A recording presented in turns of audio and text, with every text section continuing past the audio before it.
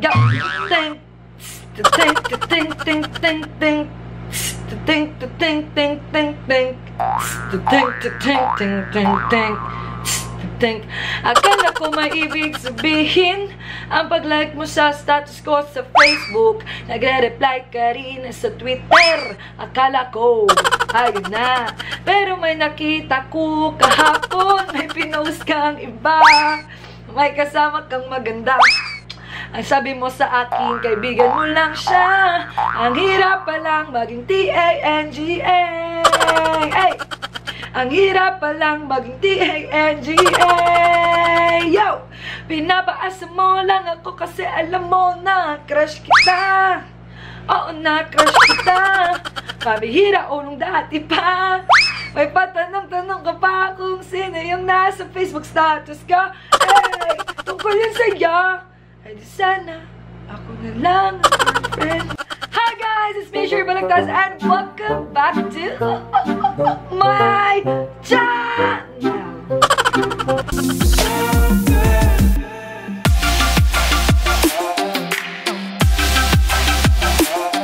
So, yun guys, alam nyo na kung ano ang tatalakayin natin ngayon. Napakataas ang energy ko, biglang baba. Dahil, diba, napakasakit nga namang mapaasa. Anes, yung tipong hindi mo alam kung asyumera ka o paasa sila. Paano nga ba malaman kung pinapaasa ka niya? Simple lang, Day.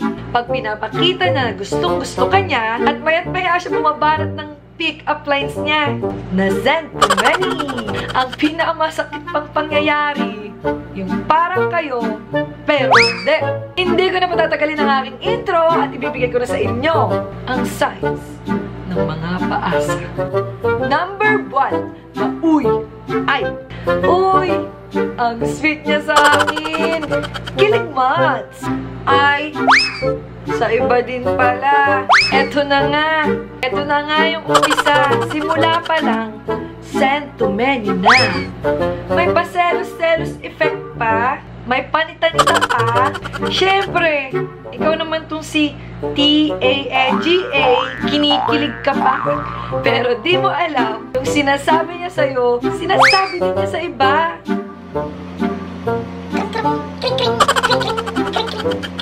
Sagutin mo, Beshi Box. Kring, kring, kring, kring, kring, kring. Ayan, sagot na. Hello, Beshi Box!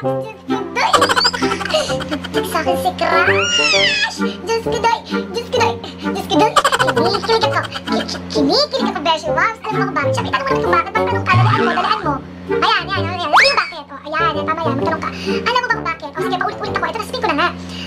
Sinendan niya ako ng coach na crush niya.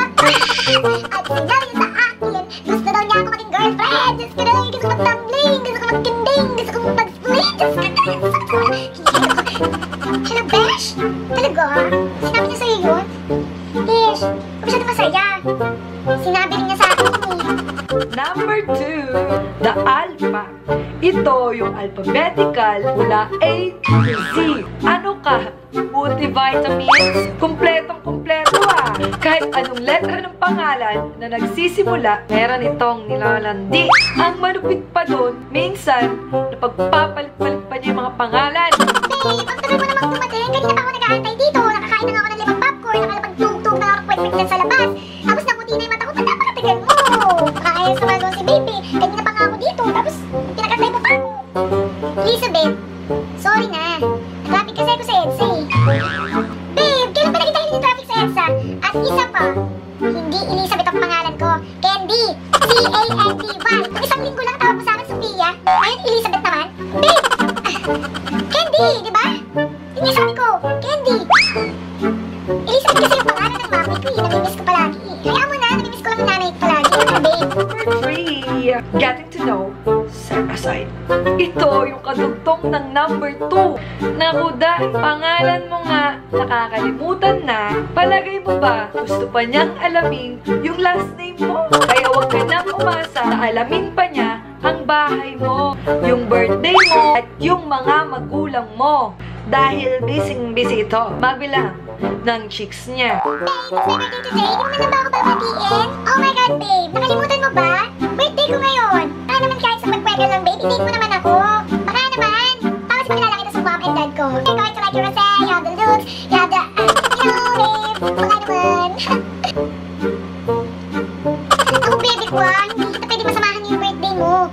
Pinapauwi na kasi ako ni Mama. Bawal talaga akong maliit na uwi ngayon eh. Yun talaga yun eh. Saka, baby ko, may bola din kami. Napaalam ko, nakauuna ako sa mga kasama ko eh. Ha, ingat ka na lang. Happy birthday to you. Bye-bye.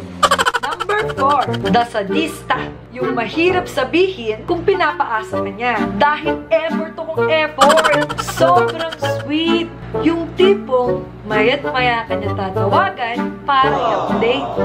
Pero be, pag na-fall ka na, just today, ayan na si Keso. Keso, hindi pa ako ready. Keso, study first. Keso, mahal ko pa yung ex ko. Kinikilig ako. Thank you sa mga flowers ha. Saka yung mga pa-food mo. Saka yung mga teddy bear. Thank you so much. Kinikilig ako, babe.